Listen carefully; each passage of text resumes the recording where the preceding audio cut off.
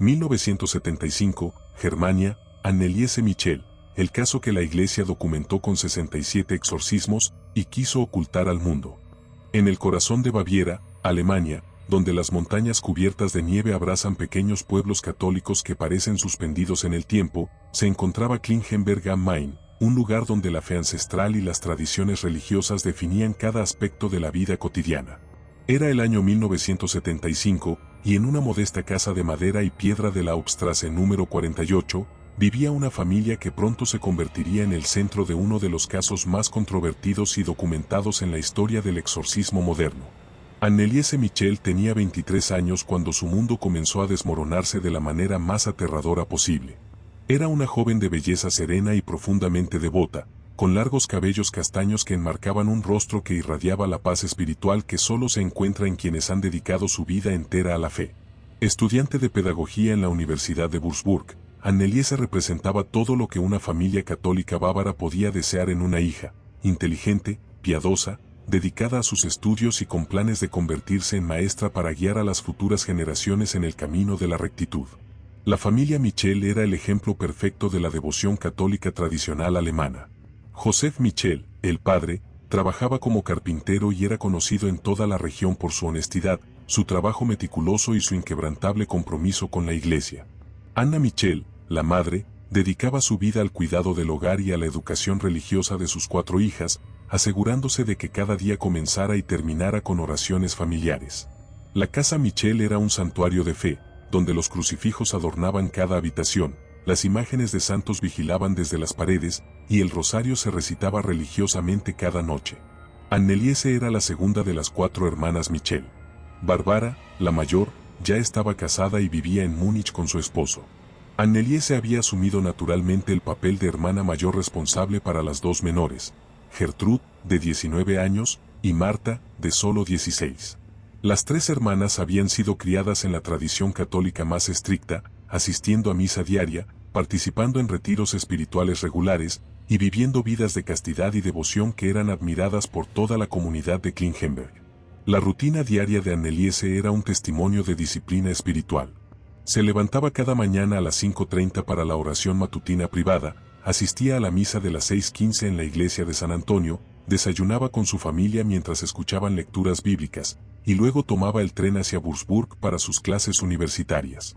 Por las tardes, después de regresar a casa, ayudaba a su madre con las labores domésticas, supervisaba los estudios de sus hermanas menores, y terminaba el día con el rosario familiar y meditaciones personales. Su profesor favorito en la universidad era el Dr. Heinrich Renz, un hombre devoto que combinaba la pedagogía académica con principios cristianos sólidos. Renz había notado que Anneliese poseía una comprensión excepcional de la psicología infantil y una capacidad natural para conectar con estudiantes difíciles. Tiene el don de la enseñanza, le había dicho a sus padres durante una visita a Klingenberg. Pero más que eso, tiene el don de la compasión cristiana auténtica. Será una maestra extraordinaria. Los planes de Anneliese para el futuro eran modestos pero nobles. Quería enseñar en una escuela primaria católica, tal vez en el mismo Klingenberg o en algún pueblo cercano, donde pudiera combinar la educación académica con la formación espiritual. Había expresado interés en trabajar con niños de familias problemáticas, creyendo firmemente que la educación cristiana podía transformar vidas y sanar heridas familiares. Pero el verano de 1975 trajo los primeros signos de que algo estaba terriblemente mal en la vida perfectamente ordenada de Anneliese Michel. Todo comenzó con los dolores de cabeza. No eran migrañas ordinarias, sino episodios de dolor tan intenso que Anneliese se encontraba incapacitada durante horas, acurrucada en su habitación con las cortinas cerradas, rogando a Dios que aliviara su sufrimiento. Los analgésicos no proporcionaban alivio, y las compresas frías solo intensificaban su agonía. Después vinieron las pesadillas.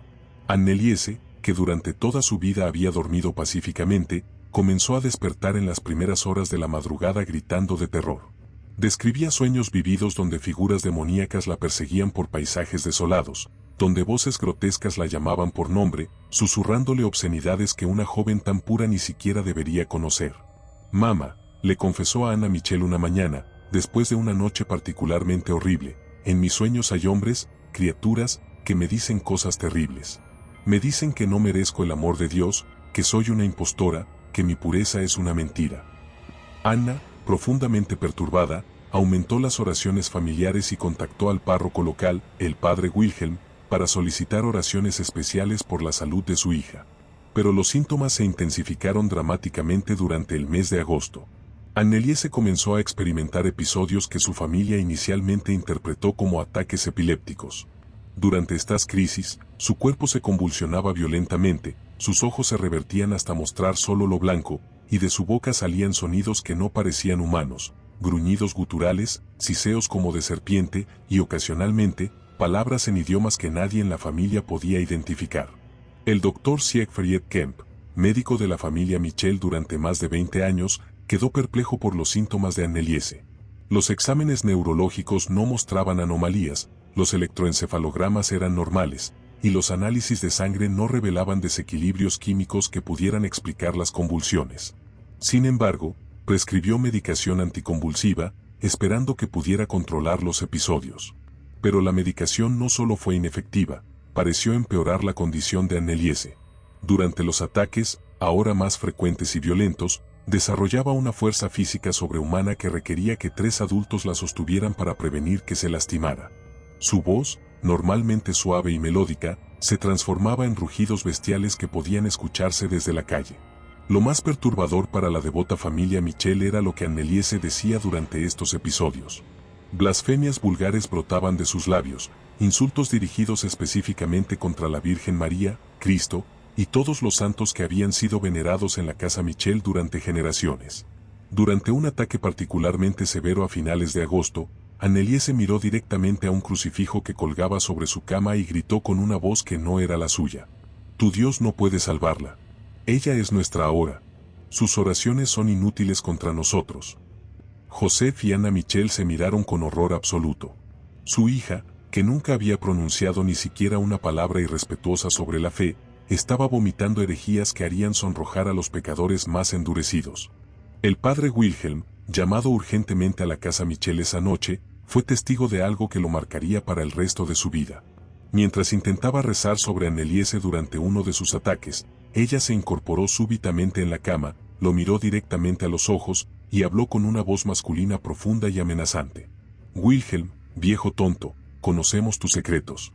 Conocemos tus dudas sobre tu fe. ¿Crees que tu pequeño libro de oraciones puede desafiarnos? Hemos estado aquí desde antes de que tu Cristo naciera, y estaremos aquí mucho después de que su iglesia se convierta en polvo». El sacerdote retrocedió, visiblemente choqueado. Anneliese no podría haber conocido información personal sobre el que había mantenido en secreto durante décadas. Más perturbador aún, durante el episodio había hablado en latín eclesiástico perfecto, un idioma que ella nunca había estudiado.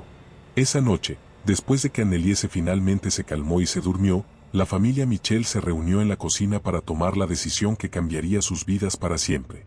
Los métodos médicos convencionales habían fallado. Los tratamientos psiquiátricos parecían irrelevantes. Y los síntomas que estaban presenciando iban más allá de cualquier enfermedad conocida. «Esto no es epilepsia», susurró Anna Michel, aferrando su rosario con manos temblorosas. «Esto no es enfermedad mental. Esto es algo más».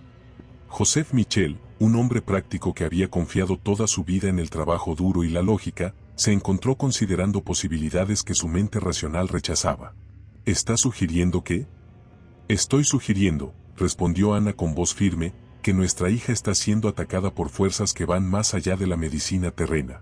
Y si eso es cierto, entonces necesitamos ayuda que va más allá de doctores y hospitales». El padre Wilhelm, que había permanecido en silencio desde el incidente en la habitación de Anneliese, finalmente habló.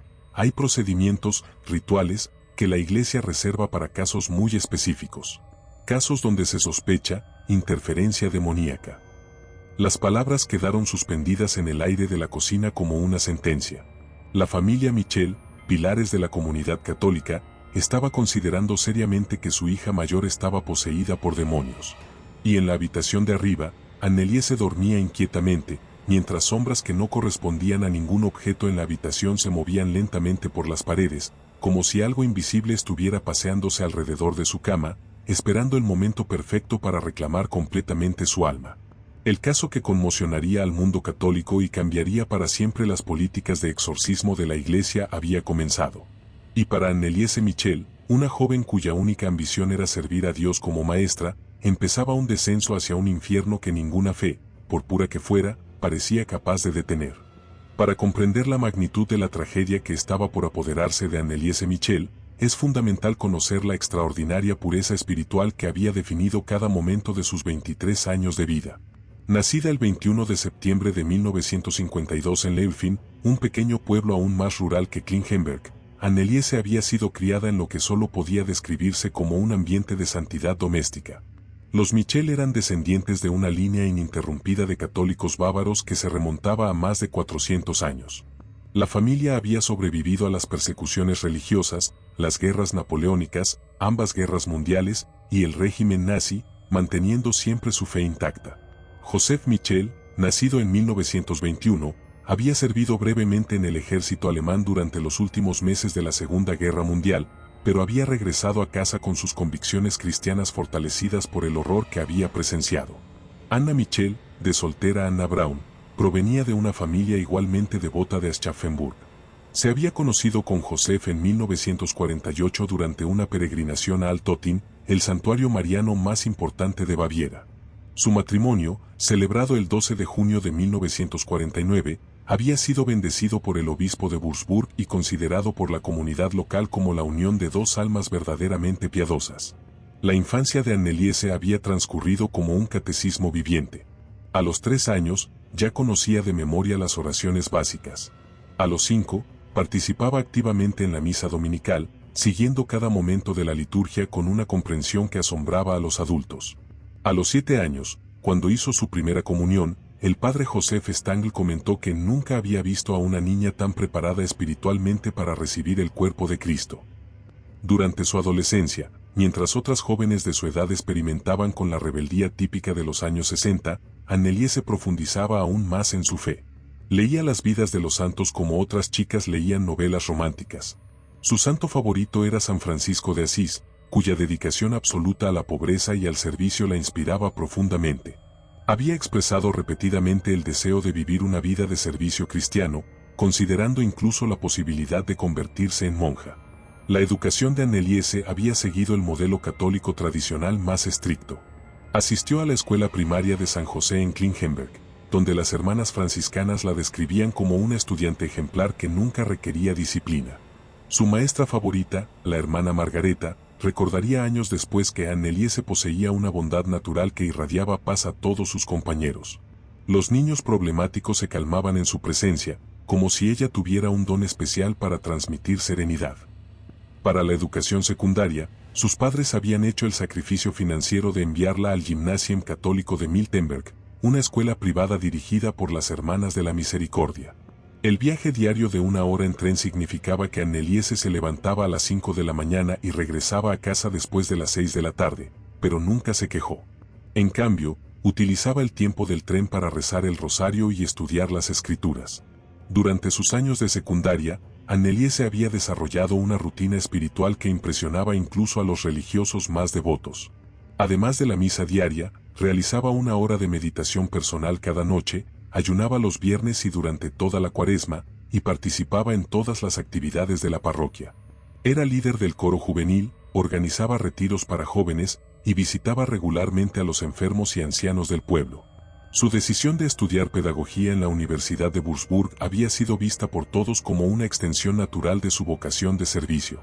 Dios me ha dado el don de amar a los niños, le había explicado al padre Wilhelm cuando solicitó sus cartas de recomendación para la universidad. Creo que mi misión es combinar la educación académica con la formación espiritual para ayudar a crear una nueva generación de cristianos comprometidos. En la universidad, Anneliese había mantenido su reputación de santidad ejemplar. Sus profesores la describían como una estudiante brillante que podía discutir teorías pedagógicas complejas con la misma facilidad con que explicaba principios teológicos. Sus compañeros de clase, inicialmente escépticos ante su devoción aparentemente anticuada, pronto la respetaban por su sinceridad genuina y su incapacidad para juzgar o criticar a otros. El doctor Heinrich Renz, su profesor de psicología infantil, había observado que Anneliese poseía una comprensión intuitiva extraordinaria del desarrollo espiritual de los niños.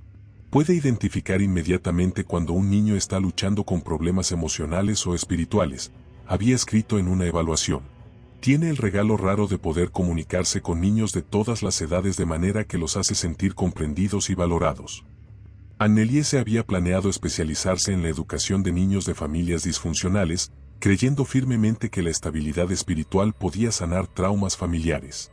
Había comenzado a trabajar como voluntaria en un orfanato católico de Würzburg, donde los niños la adoraban y los supervisores quedaban impresionados por su capacidad natural para disciplinar con amor en lugar de autoridad. Su vida social había sido limitada pero satisfactoria. Tenía un círculo pequeño de amigas igualmente devotas con quienes participaba en grupos de estudio bíblico y actividades de caridad.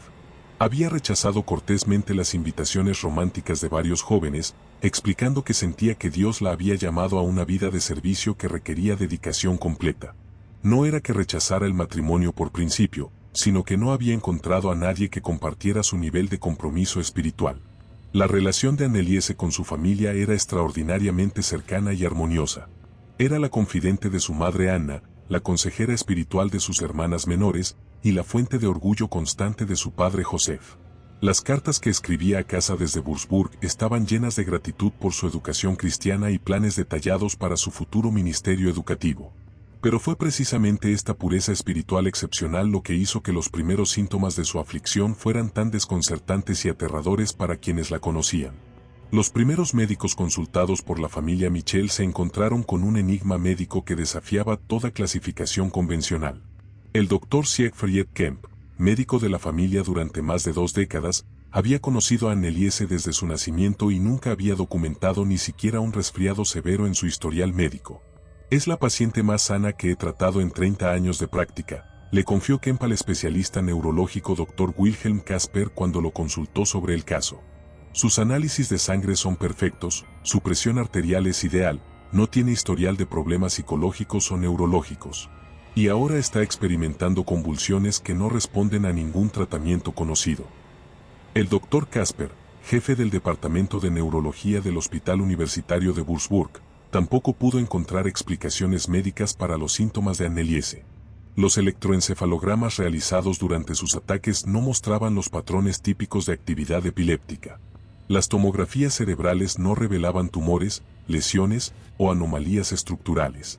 Los análisis de fluido espinal eran completamente normales. Los síntomas que describe la familia, escribió Casper en su informe médico, son inconsistentes con cualquier condición neurológica conocida.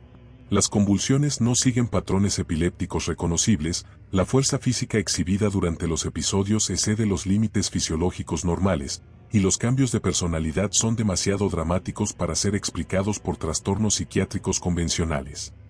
Más desconcertante aún era el hecho de que entre los ataques, Anneliese aparentaba estar completamente normal. Continuaba asistiendo a clases, mantenía sus calificaciones excelentes, participaba en actividades religiosas, y no mostraba signos de deterioro mental o físico. Era como si una personalidad completamente diferente tomara control de su cuerpo durante los episodios, solo para desaparecer completamente cuando terminaban. El Dr. Franz Gruber, psiquiatra consultor del Hospital de Würzburg, entrevistó extensamente a Anneliese durante un periodo de 3 semanas en septiembre de 1975. Sus conclusiones fueron igualmente frustrantes para la familia Michel.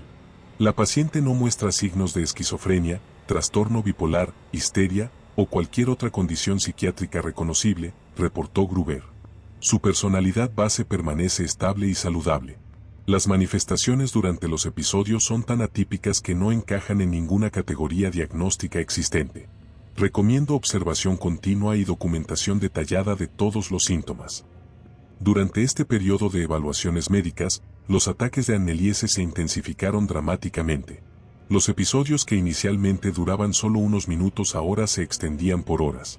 Su fuerza física durante estos eventos había aumentado hasta el punto de que se necesitaban 4 adultos para restrainarla y prevenir que se lastimara. Pero lo más perturbador para los médicos era el contenido de sus declaraciones durante los ataques.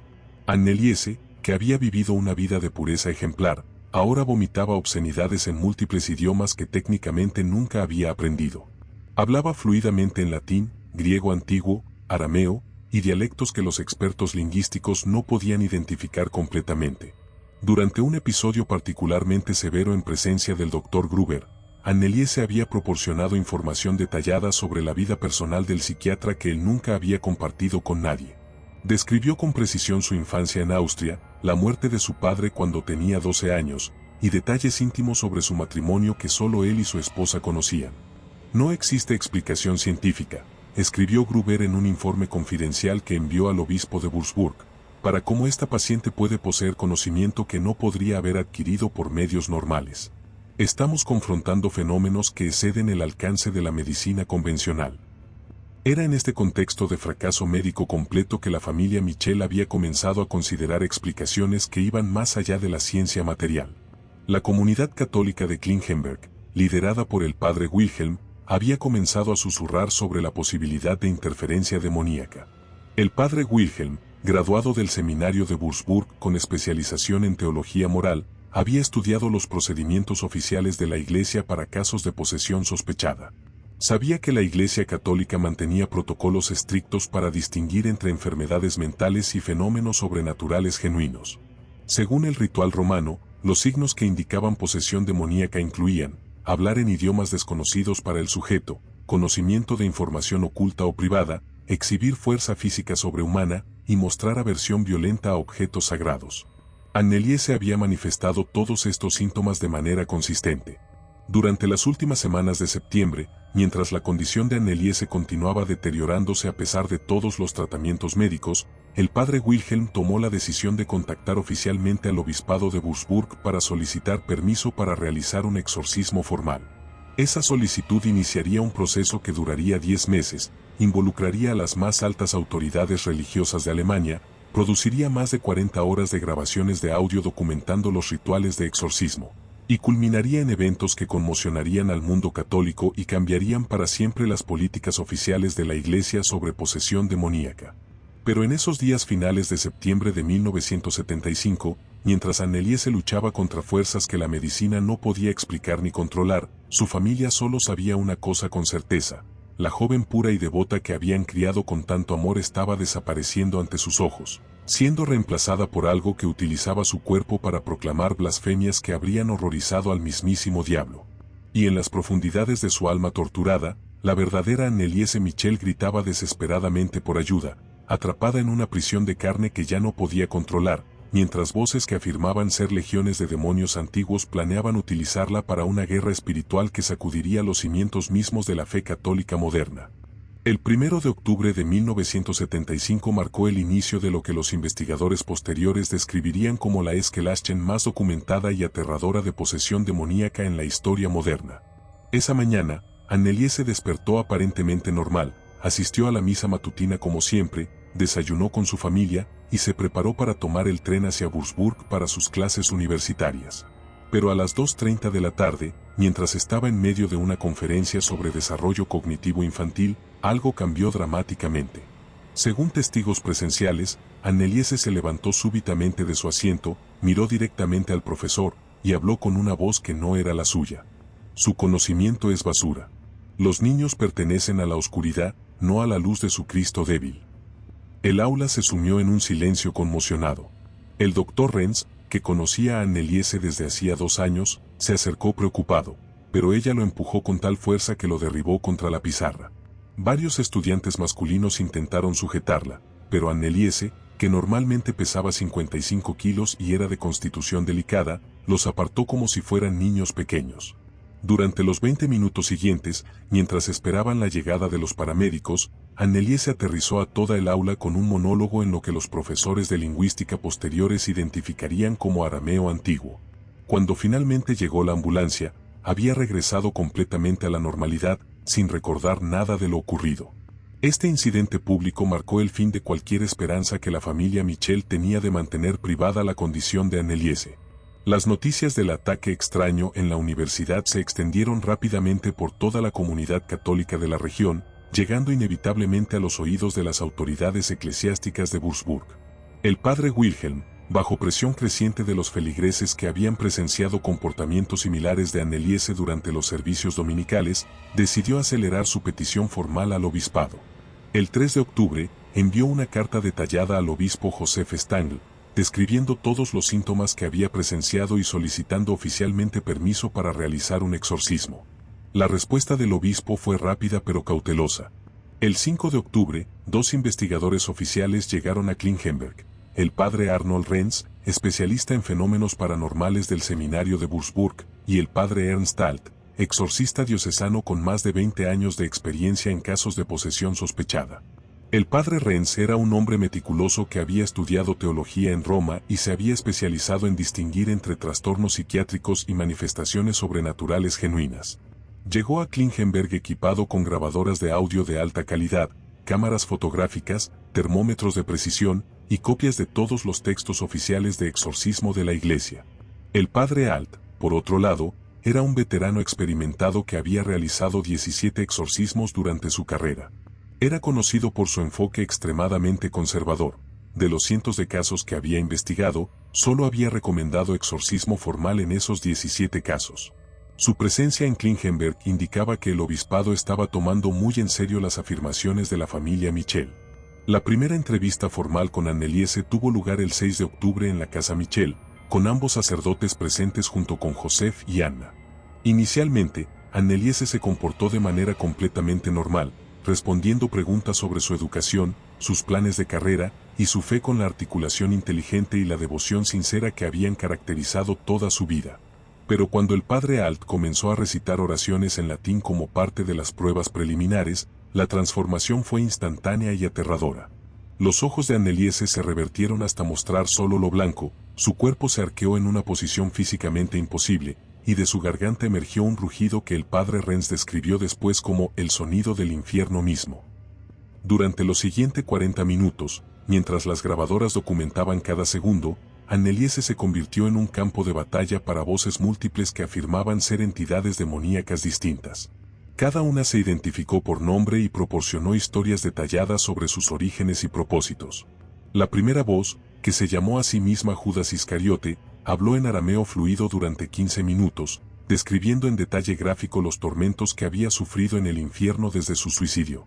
La voz proporcionó información histórica sobre la Palestina del primer siglo que académicos posteriores verificarían como históricamente precisa pero no disponible en fuentes accesibles a una estudiante de pedagogía de Baviera.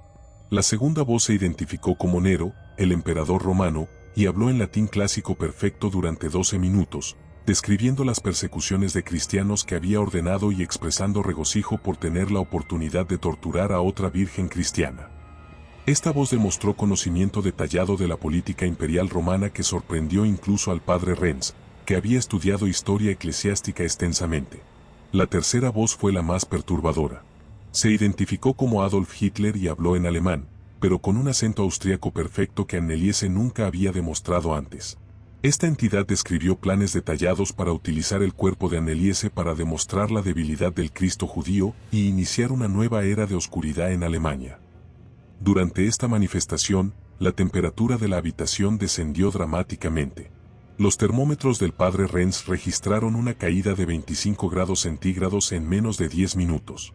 El vapor era claramente visible alrededor del cuerpo de Anneliese, mientras que el resto de la habitación permanecía a temperatura normal. Más perturbador aún, las entidades demostraron conocimiento íntimo sobre las vidas privadas de ambos sacerdotes. La voz que se identificaba como Judas le dijo al padre Alt detalles específicos sobre su infancia en Múnich, incluyendo el nombre de su perro de la infancia y la ubicación exacta de una cicatriz en su pierna izquierda que había resultado de un accidente cuando tenía 7 años. Información que Alt nunca había compartido con nadie vivo. La voz de Nero se dirigió al padre Renz con información aún más íntima, describiendo dudas religiosas privadas que el sacerdote había experimentado durante su seminario, tentaciones específicas que había enfrentado, y detalles sobre su relación con su madre que solo ellos dos conocían. ¿Cómo puedes saber esto?, susurró Alt a Renz durante un breve momento en que Anneliese pareció estar en trance silencioso. No lo sé, respondió Renz, pero estamos documentando todo.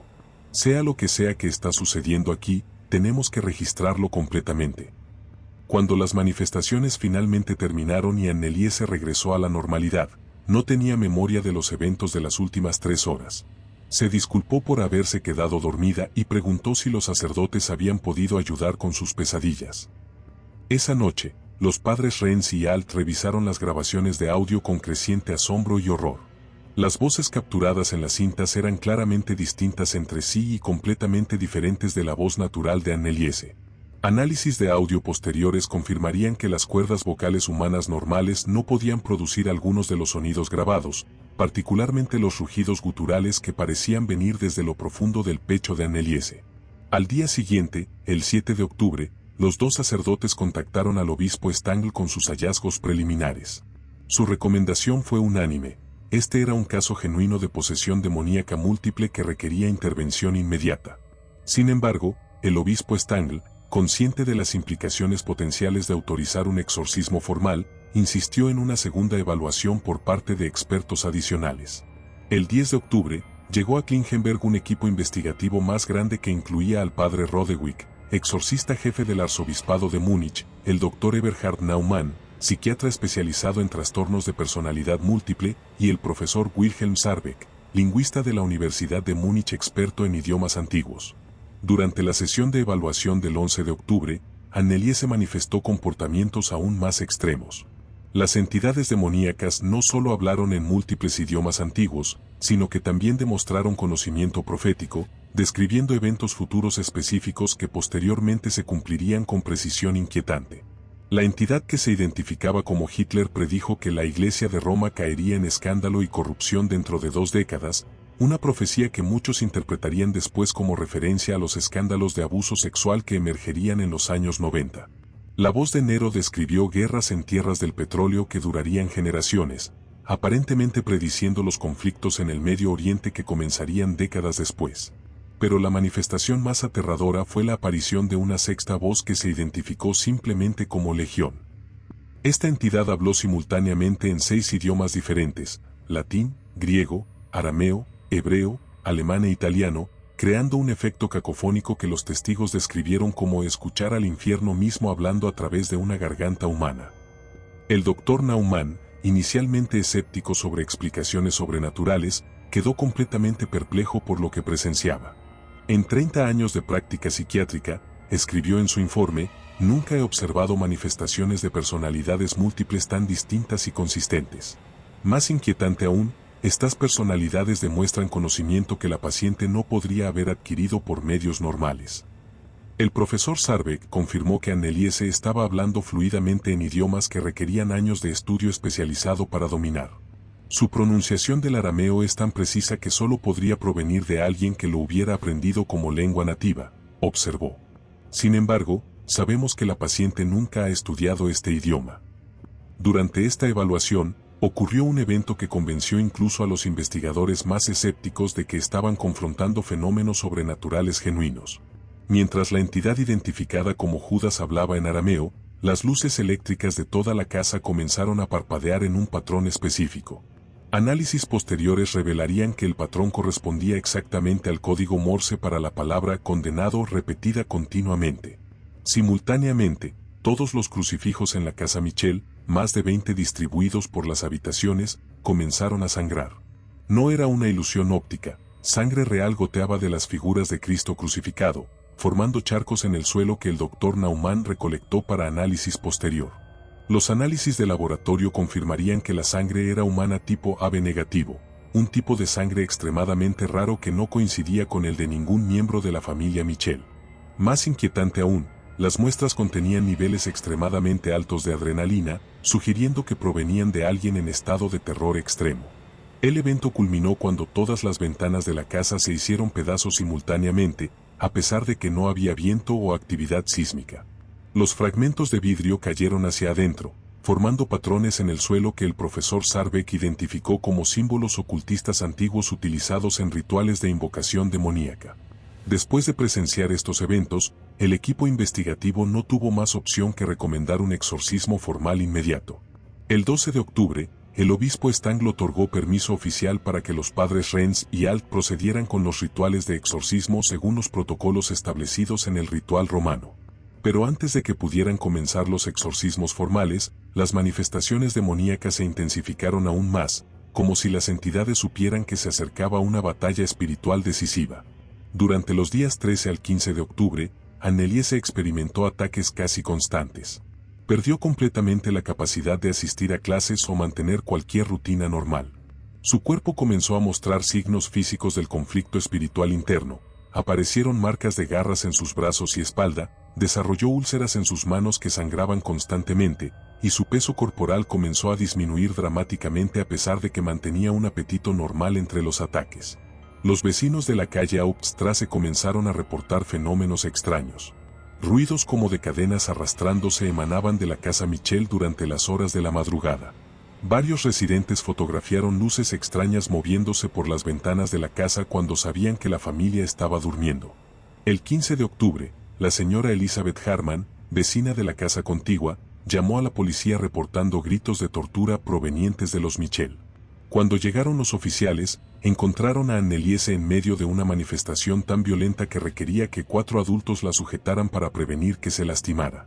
Los policías, inicialmente escépticos, quedaron conmocionados cuando Anneliese los miró directamente y les proporcionó información detallada sobre casos criminales sin resolver que habían investigado.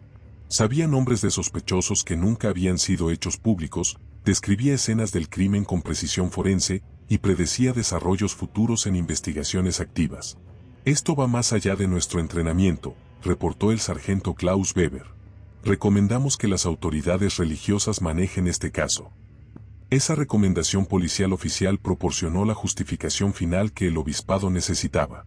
El 16 de octubre de 1975, comenzarían formalmente los exorcismos que durarían 10 meses, producirían 42 horas de grabaciones de audio, involucrarían a 11 sacerdotes diferentes y culminarían en eventos que conmocionarían al mundo católico. Pero mientras los sacerdotes preparaban sus rituales sagrados, las entidades demoníacas que afirmaban habitar en Anneliese Michel hicieron una declaración que helaría la sangre de todos los presentes. Pueden traer a todos sus sacerdotes, pueden recitar todas sus oraciones, pueden usar toda su agua bendita. Pero nosotros no nos vamos. Esta Virgen pura será nuestro regalo al mundo, nuestra demostración de que incluso los más santos pueden ser corrompidos. Y cuando terminemos con ella, toda Alemania sabrá que su Cristo es impotente contra nosotros. La batalla por el alma de Anneliese Michel estaba a punto de comenzar en serio, y las fuerzas de la oscuridad parecían confiadas en su victoria final. El 17 de octubre de 1975, a las 6 de la mañana, comenzó oficialmente el primer exorcismo formal de Anneliese Michel. Los padres Renz y Alt habían pasado toda la noche en oración y ayuno, preparando no solo sus almas sino también el equipo necesario para lo que sabían sería una batalla espiritual prolongada e intensa. La habitación de Anneliese había sido transformada en un santuario de guerra espiritual.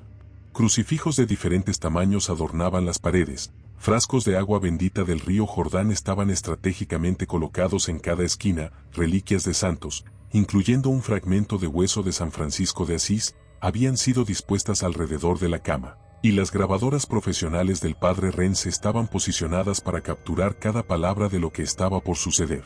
Pero desde el momento en que los 2 sacerdotes entraron en la habitación, fue evidente que las entidades demoníacas no tenían intención de someterse fácilmente. Antes de que pudieran siquiera abrir el ritual romano, Anneliese se incorporó en la cama con una velocidad sobrehumana, sus ojos completamente blancos, y rugió con una voz que parecía venir desde las profundidades del infierno. Sacerdotes tontos, ¿creen que sus palabras muertas pueden desafiarnos? Nosotros somos legión. Somos 6. Y esta Virgen pura será nuestro trono terrenal hasta que su carne se pudra. El primer exorcismo duró 6 horas ininterrumpidas. Durante este tiempo, las entidades que habitaban en Anneliese demostraron una resistencia y malevolencia que superaron todo lo que los padres Renz y Alt habían experimentado en casos anteriores. Cada vez que recitaban las oraciones de exorcismo del ritual romano, las respuestas demoníacas eran específicas y personalizadas. La entidad que se identificaba como Judas Iscariote se dirigió directamente al padre Renz. Arnold, conocemos tus pecados secretos. Recordamos cuando dudaste de tu vocación en el seminario. Recordamos la noche que casi abandonaste el sacerdocio por esa mujer en Múnich. ¿Crees que alguien tan débil puede desafiarnos? La voz de Nero atacó al padre Alt con información aún más íntima. Ernst, viejo tonto, sabemos sobre tu madre. Sabemos que murió maldiciendo a Dios por llevarse a tu hermano pequeño en la guerra. Sabemos que a veces, en las noches oscuras, tú también maldices en silencio. Tu fe es una cáscara vacía, y nosotros la quebraremos completamente. Pero lo más perturbador fueron las revelaciones sobre la propia Anneliese. Las entidades demoníacas afirmaron que habían estado acechándola desde su nacimiento, esperando el momento perfecto para poseer completamente su alma. Ella fue elegida desde el útero, declaró la voz de Hitler. Su pureza extrema la hace perfecta para nuestros propósitos. Cuando corrompamos completamente a alguien tan santa, será una demostración a todo el mundo de que ningún alma humana está segura de nosotros. Durante este primer exorcismo, Anneliese manifestó fuerza física que desafiaba toda explicación médica.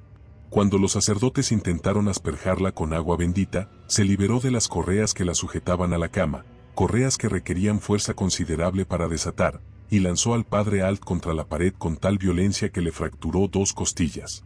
Su piel se había vuelto extremadamente caliente al tacto, con una temperatura que los termómetros registraron en 44 grados centígrados, una fiebre que debería haber causado daño cerebral permanente. Sin embargo, entre los ataques, su temperatura regresaba a niveles normales sin efectos residuales. Más alarmante aún, Anneliese había comenzado a mostrar signos físicos de la batalla espiritual interna. Aparecieron estigmas en sus manos y pies, heridas sangrantes que coincidían exactamente con las ubicaciones de los clavos en la crucifixión de Cristo. Pero a diferencia de los estigmas tradicionales asociados con santos místicos, estos sangraban constantemente y causaban dolor extremo. El primer exorcismo terminó cuando Anneliese colapsó en un estado catatónico, como si las entidades hubieran agotado temporalmente su energía. Los sacerdotes, físicamente exhaustos y emocionalmente devastados, revisaron las grabaciones de audio con creciente horror. Las cintas habían capturado no solo las voces demoníacas, sino también sonidos que los equipos de audio no deberían poder registrar, rugidos que parecían venir de múltiples gargantas simultáneamente, susurros en idiomas que los expertos lingüísticos posteriores no podrían identificar, y periodos de silencio absoluto durante los cuales los medidores de volumen indicaban que se estaban produciendo sonidos, pero a frecuencias inaudibles para el oído humano. El segundo exorcismo, realizado 3 días después, el 20 de octubre, fue aún más intenso. Las entidades demoníacas habían tenido tiempo de reagruparse y regresaron con una furia renovada. Esta vez, atacaron no solo a los sacerdotes sino a toda la familia Michel. Durante el ritual, las voces demoníacas proporcionaron detalles íntimos sobre cada miembro de la familia que solo ellos podrían conocer. A Joseph Michel le describieron pensamientos privados que había tenido sobre abandonar a su familia durante los años más difíciles de la posguerra. A Ana le revelaron sentimientos de duda sobre su fe que había experimentado después de la muerte de su propio padre. A las hermanas menores le susurraron tentaciones específicas que habían enfrentado pero nunca habían confesado a nadie.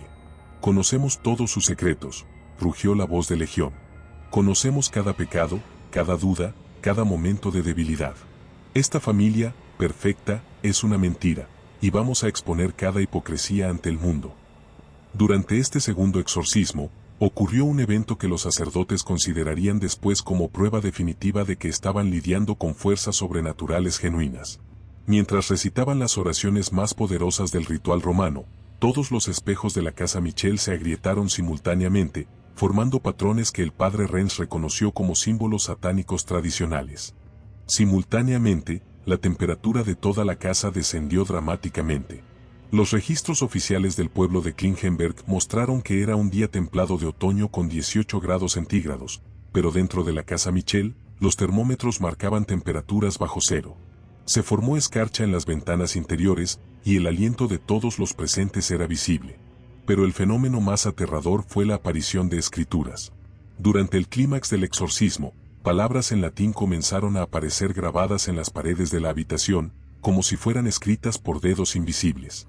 Las palabras formaban blasfemias contra la Trinidad, amenazas específicas contra el Papa Pablo VI, y profecías sobre la caída de la Iglesia Católica. El doctor Wilhelm Kasper, que había llegado para monitorear la condición médica de Anneliese durante el exorcismo, documentó que su presión arterial alcanzaba niveles que deberían haber causado un accidente cerebrovascular fatal, mientras que su ritmo cardíaco oscilaba entre bradicardia extrema, menos de 30 latidos por minuto, y taquicardia severa, más de 200 latidos por minuto. Médicamente hablando, escribió Kasper en su informe, la paciente debería estar muerta. Los signos vitales que estoy registrando son incompatibles con la supervivencia humana, sin embargo continúa consciente y activa. Los exorcismos continuaron con frecuencia creciente durante los meses siguientes. 2 veces por semana, luego diariamente, después 2 veces al día.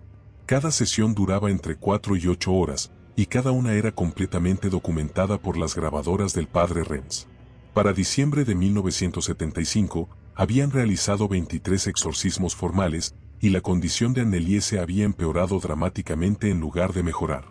Su peso corporal había disminuido de 55 a 42 kilos. Sus estigmas sangraban constantemente, requiriendo vendajes que necesitaban cambiarse múltiples veces al día. Pero lo más alarmante era el deterioro de su personalidad base. Durante los periodos entre exorcismos, cuando supuestamente era ella misma, Annelie ya no mostraba la serenidad y pureza espiritual que habían definido toda su vida. En cambio, estaba constantemente agitada, reportaba visiones aterradoras incluso cuando estaba despierta, y expresaba dudas sobre su fe que habrían sido impensables meses antes.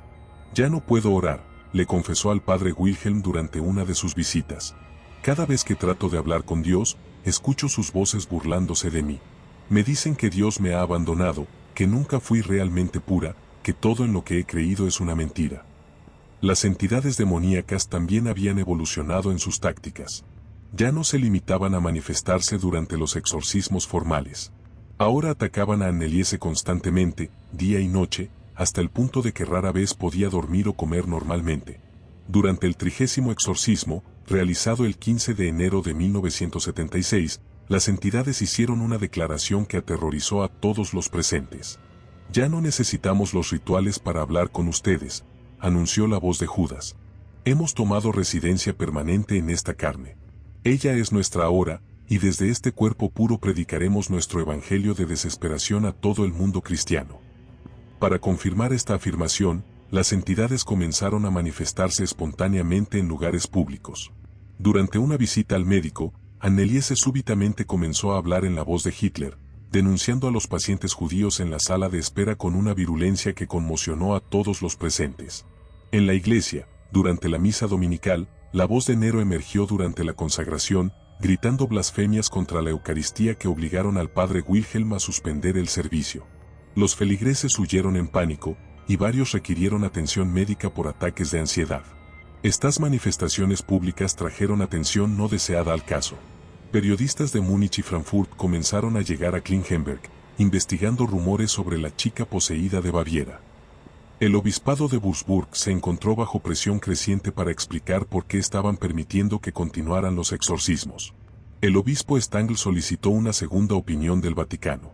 El 23 de febrero de 1976, llegó a Klingenberg el cardenal Ferdinando Giuseppe Antonelli, prefecto de la Sagrada Congregación para la Causa de los Santos y experto reconocido en fenómenos místicos y diabólicos. El cardenal Antonelli había investigado docenas de casos supuestos de posesión en Italia, España y Francia. Era conocido por su escepticismo riguroso y su insistencia en explicaciones naturales antes de considerar causas sobrenaturales. Sin embargo, después de presenciar solo 30 minutos del 37º exorcismo de Annelie, el cardenal Antonelli hizo una declaración que envió ondas de choque a través de la jerarquía católica.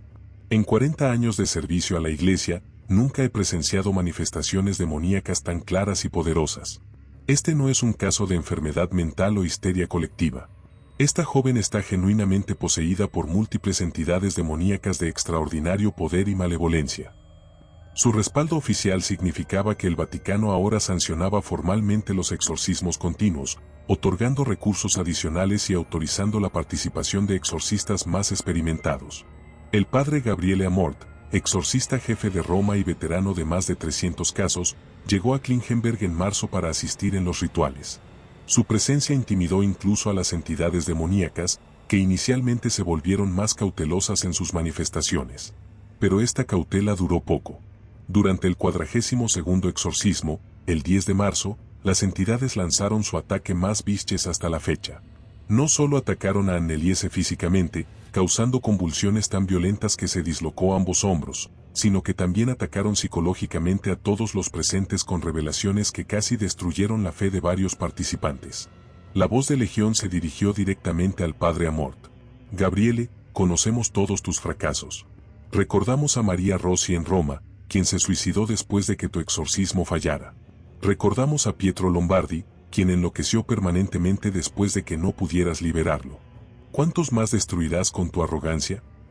Estas revelaciones sobre casos anteriores, algunos de los cuales habían sido mantenidos en absoluto secreto por la Iglesia, devastaron al veterano exorcista. El padre Amort confesó después que consideró abandonar su ministerio después de presenciar el poder de las entidades que habitaban en Anneliese. Para abril de 1976, habían realizado 54 exorcismos sin éxito aparente. La condición de Anneliese continuaba deteriorándose, tanto física como mentalmente. Su peso había caído a menos de 40 kilos, sus estigmas se habían infectado requiriendo atención médica constante, y ya no podía mantener conversaciones coherentes durante sus periodos normales. Pero las entidades demoníacas no mostraban signos de debilitamiento. En cambio, parecían fortalecerse con cada ritual, como si se alimentaran de la energía espiritual de los exorcismos mismos. Durante el 57º exorcismo, la voz de Hitler hizo una declaración que helió la sangre de todos los presentes. Cada oración que rezan, cada ritual que realizan, cada gota de agua bendita que derraman, solo nos hace más fuertes. Ustedes son nuestros sirvientes involuntarios, alimentando nuestro poder con su desesperación.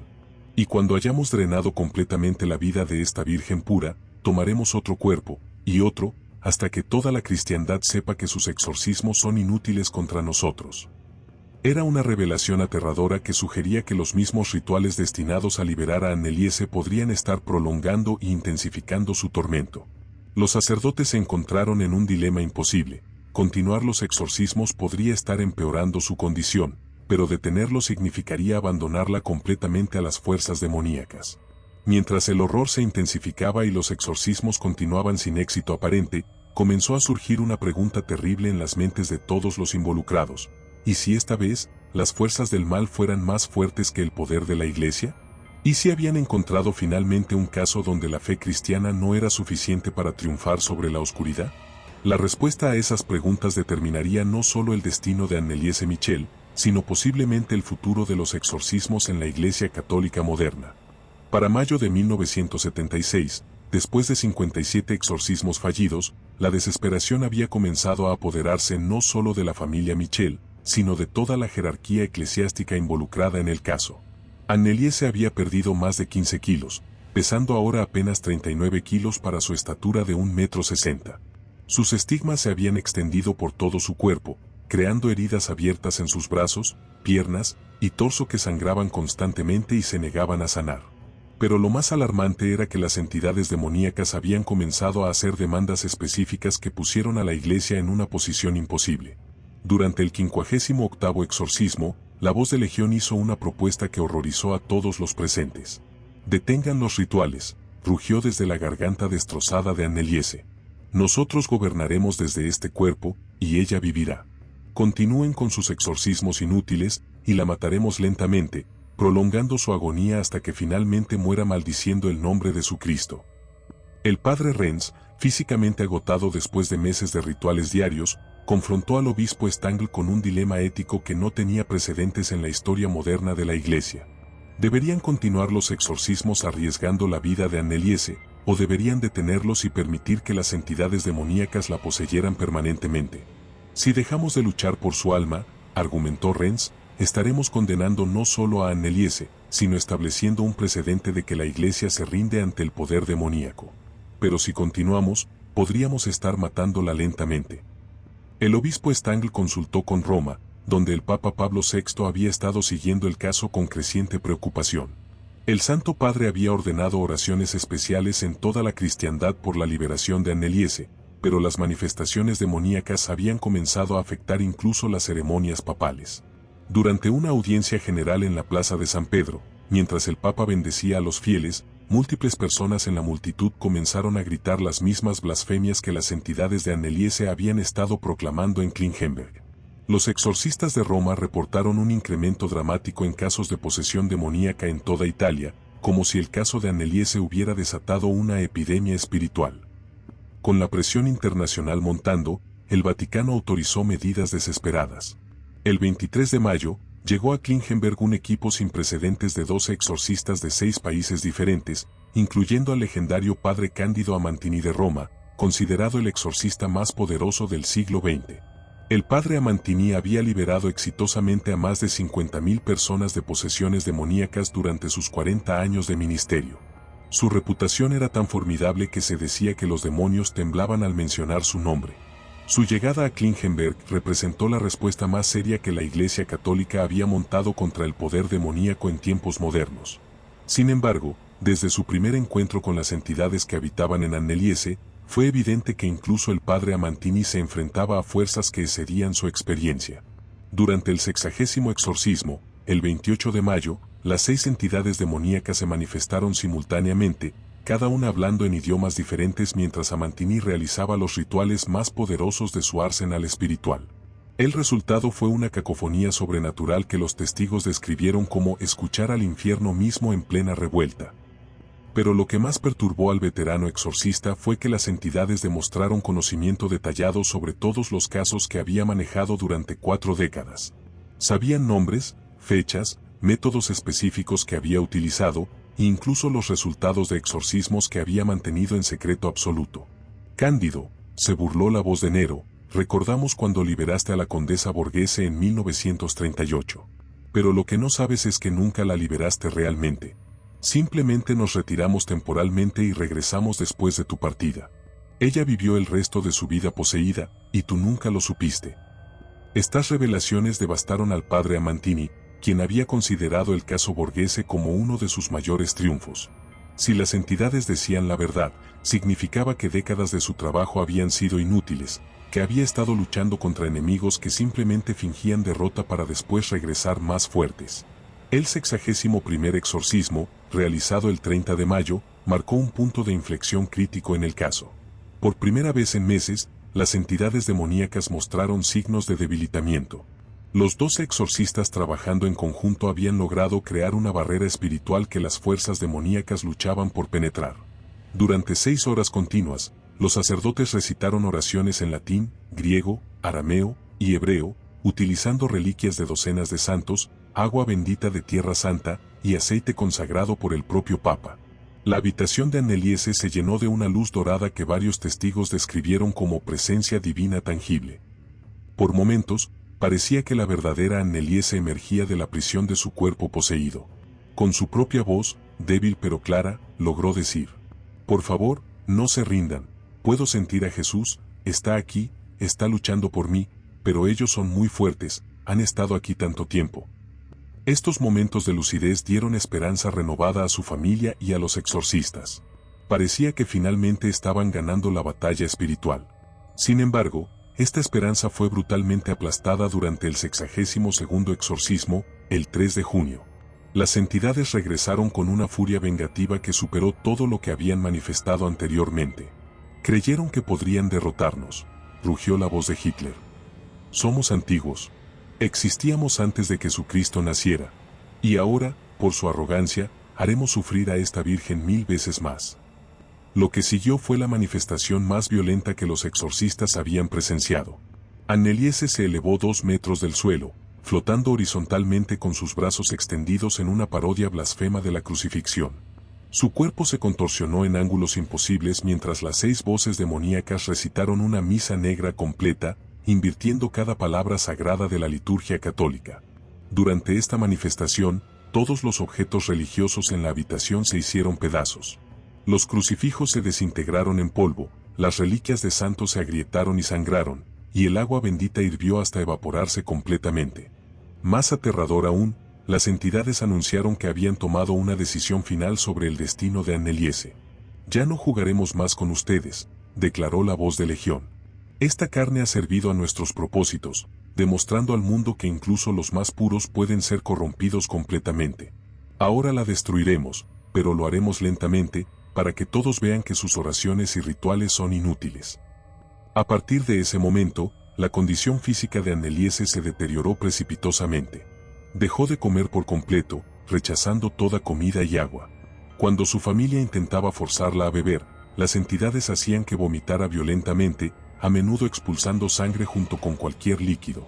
El doctor Casper, monitoreando su condición médica, advirtió que la deshidratación severa y la desnutrición la matarían en cuestión de semanas si no recibía nutrición intravenosa.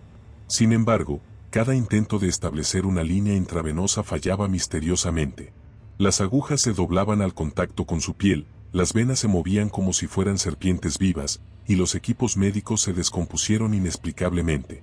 Los últimos 5 exorcismos, del 63 al 67, fueron intentos desesperados de salvar la vida de Anneliese más que de liberar su alma. Los exorcistas sabían que estaban perdiendo la batalla, pero se negaban a abandonar a la joven que había dedicado su vida entera al servicio de Dios. El padre Renz, que había estado con Anneliese desde el primer día, se encontraba al borde del colapso físico y emocional. Había perdido más de 10 kilos, desarrollado úlceras estomacales por el estrés, y comenzado a experimentar pesadillas donde las voces demoníacas lo perseguían incluso en sueños. Tal vez deberíamos considerar detener los rituales, le susurró al padre Alt después del 65º exorcismo. La estamos matando.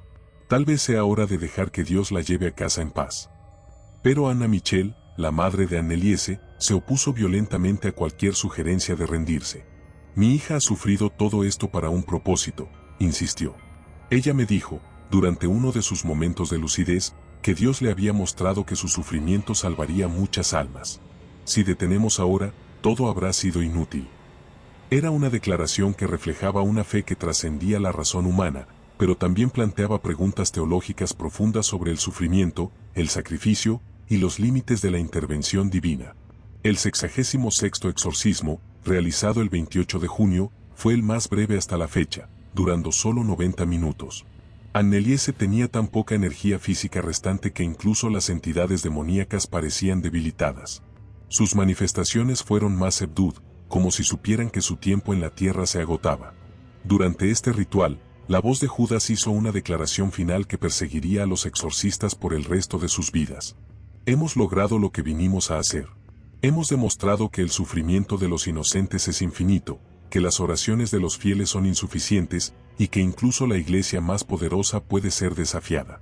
Esta virgen morirá, y su muerte será nuestro triunfo eterno.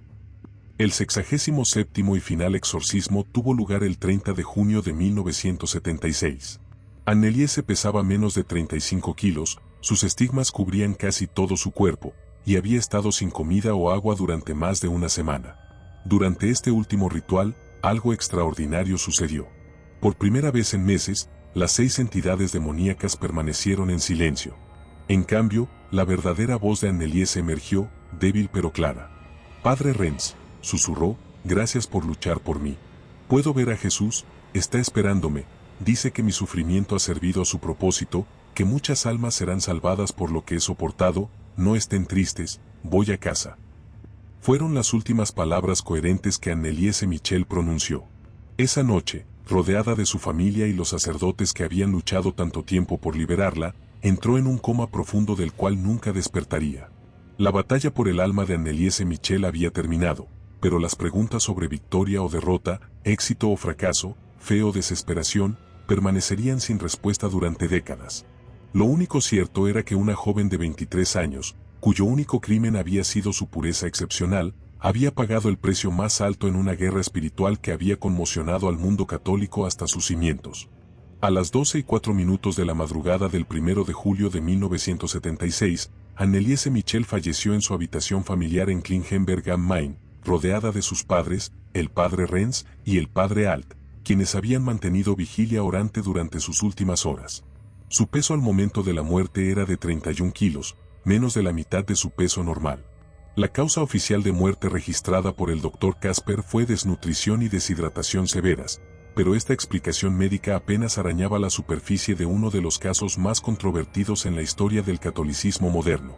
Las circunstancias inmediatamente posteriores a su muerte fueron tan inexplicables como los eventos que habían marcado los últimos 10 meses de su vida.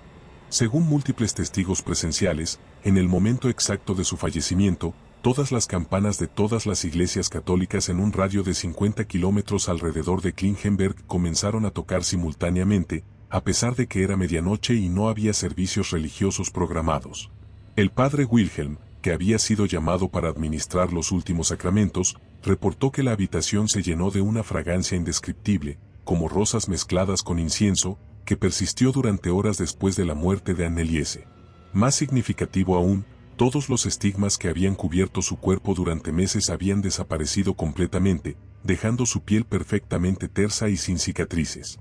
Sin embargo, la paz que siguió inmediatamente a su muerte se desvaneció rápidamente cuando las autoridades civiles alemanas comenzaron a investigar las circunstancias de su fallecimiento.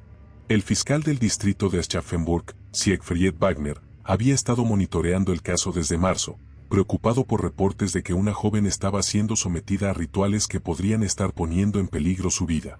El 3 de julio, apenas 48 horas después del funeral de Anneliese, la policía arrestó a Joseph y Anna Michel, así como a los padres Renz y Alt, acusándolos de homicidio por negligencia. La acusación formal alegaba que los acusados habían causado la muerte de Anneliese al negarle tratamiento médico adecuado y someterla a rituales que habían exacerbado su condición mental y física. El juicio, que comenzó el 30 de marzo de 1978 en el Tribunal Regional de Würzburg, se convirtió en un espectáculo mediático internacional que dividió no solo a Alemania, sino al mundo católico entero. Por primera vez en la historia moderna, un tribunal civil examinaría oficialmente la validez de los exorcismos y el conflicto entre medicina moderna y creencias religiosas tradicionales. El fiscal Wagner presentó un caso aparentemente sólido. Expertos médicos testificaron que Anneliese habría sobrevivido si hubiera recibido tratamiento psiquiátrico y nutricional adecuados. El doctor Heinrich Gross, psiquiatra forense de renombre internacional, diagnosticó póstumamente que Anneliese había sufrido de psicosis temporal lóbica combinada con trastorno de personalidad múltiple, condiciones tratables que fueron exacerbadas fatalmente por los rituales de exorcismo. Sin embargo, la defensa presentó evidencia que desafió estas explicaciones médicas convencionales. Las 42 horas de grabaciones de audio de los exorcismos fueron reproducidas en el tribunal, exponiendo a jueces, jurados y espectadores a las voces demoníacas que habían aterrorizado a quienes las escucharon en vivo. Análisis de voz realizados por el Instituto de Lingüística Forense de Múnich confirmaron que las grabaciones contenían al menos 6 voces distintas que no podían haber sido producidas por las cuerdas vocales de Anneliese. Más inquietante aún, análisis espectrográficos revelaron que algunas de las vocalizaciones ocurrían a frecuencias que excedían el rango fisiológico de la producción vocal humana. El profesor Wilhelm Sarbeck testificó que Anneliese había hablado fluidamente en arameo, latín clásico y dialectos griegos antiguos que requerían décadas de estudio especializado para dominar.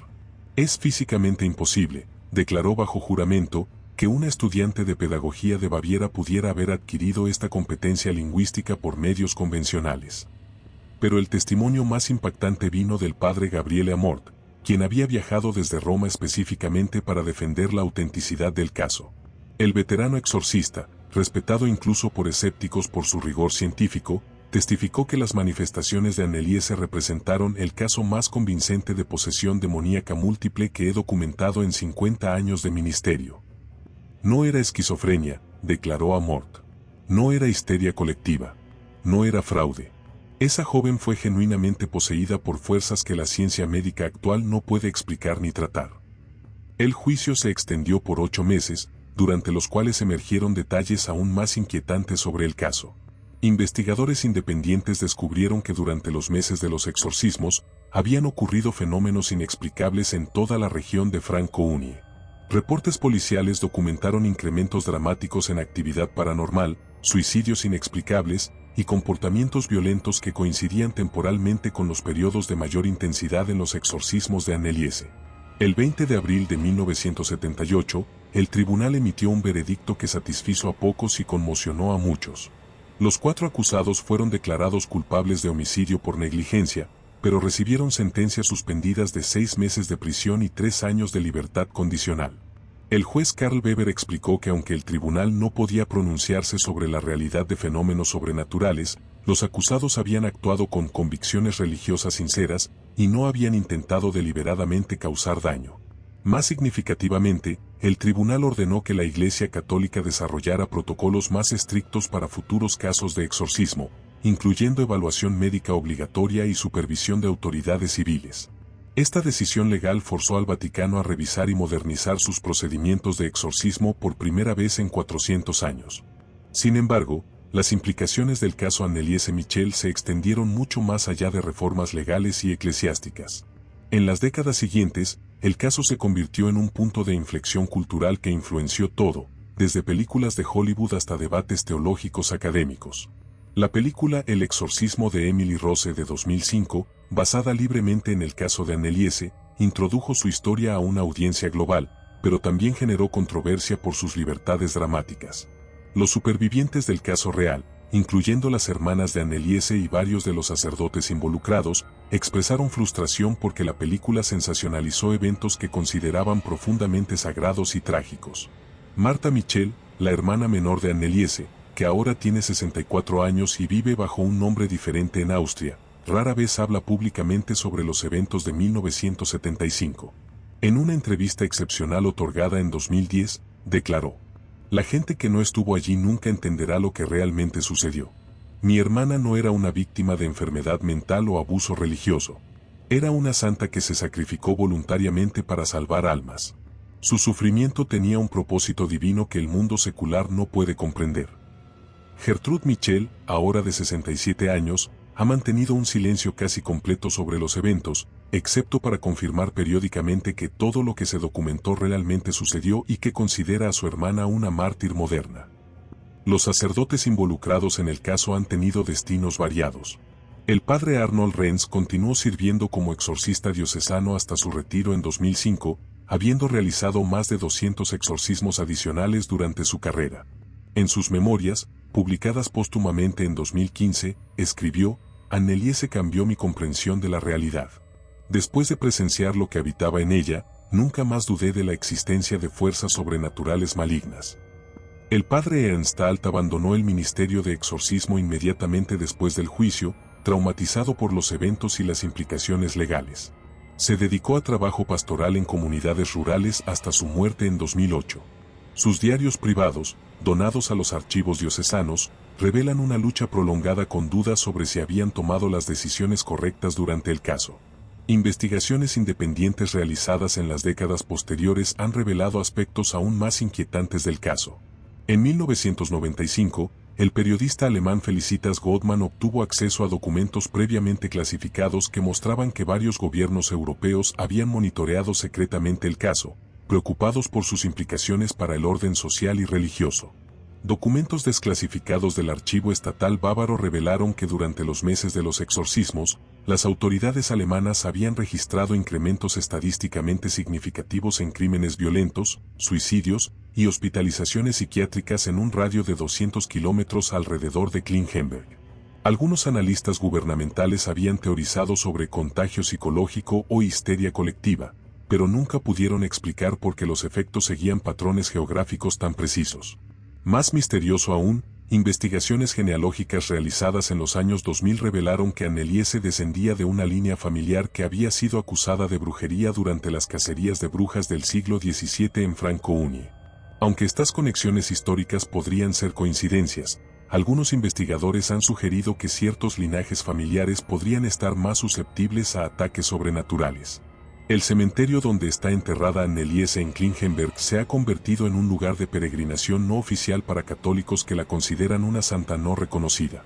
A pesar de los esfuerzos de las autoridades locales para desalentar las visitas, miles de peregrinos llegan anualmente, muchos reportando curaciones milagrosas y experiencias espirituales profundas cerca de su tumba. La Iglesia Católica ha mantenido oficialmente que Anneliese era una joven devota que sufrió trágicamente, pero no ha iniciado ningún proceso de beatificación.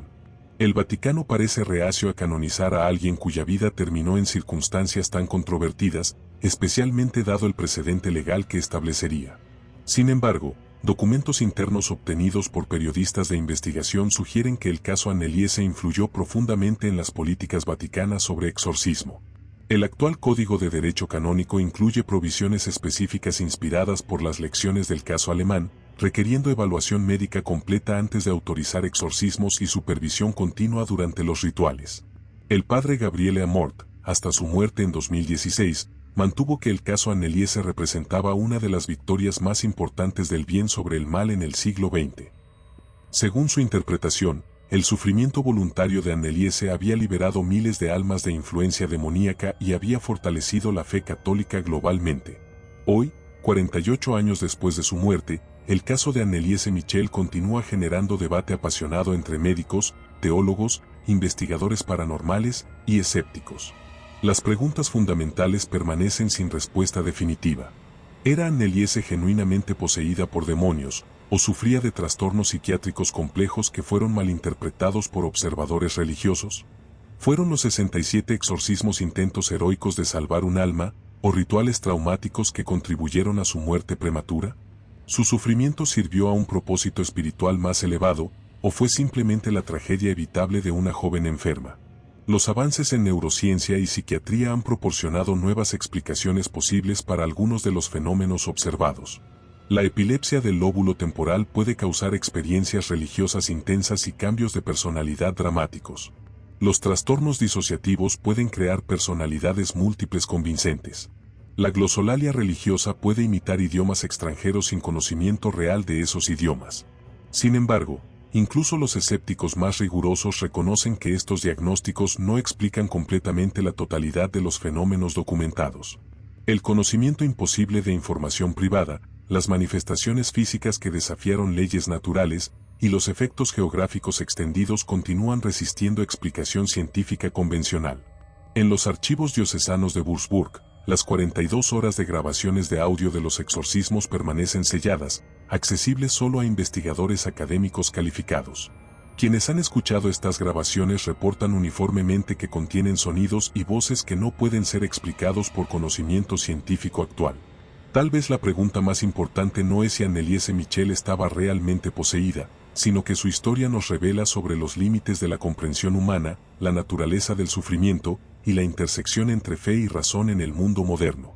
Lo que permanece indiscutible es que una joven de 23 años, cuya única ambición era servir a Dios como maestra, se convirtió en el centro de eventos que desafiaron las categorías convencionales de medicina, religión y experiencia humana.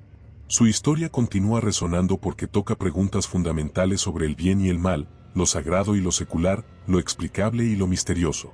En Klingenberg am Main, la casa donde Anneliese vivió sus últimos meses traumáticos ha sido convertida en apartamentos privados. Los residentes actuales reportan ocasionalmente fenómenos inexplicables, luces que se encienden solas, temperaturas que fluctúan dramáticamente, susurros indiscernibles durante las horas de la madrugada, pero estos eventos son considerados por las autoridades locales como productos de su gestión psicológica más que manifestaciones sobrenaturales. Sin embargo, cada 1 de julio, el aniversario de su muerte, docenas de velas aparecen misteriosamente encendidas en las ventanas de la casa, colocadas por admiradores desconocidos que consideran a Anneliese Michel no como una víctima trágica, sino como una santa moderna que sacrificó su vida en una batalla cósmica entre las fuerzas de la luz y la oscuridad. Su legado permanece tan controvertido y misterioso como los eventos que definieron sus últimos meses de vida, un recordatorio perpetuo de que en los márgenes de la experiencia humana, donde la ciencia encuentra sus límites y la fe confronta la duda, algunas preguntas pueden permanecer eternamente sin respuesta.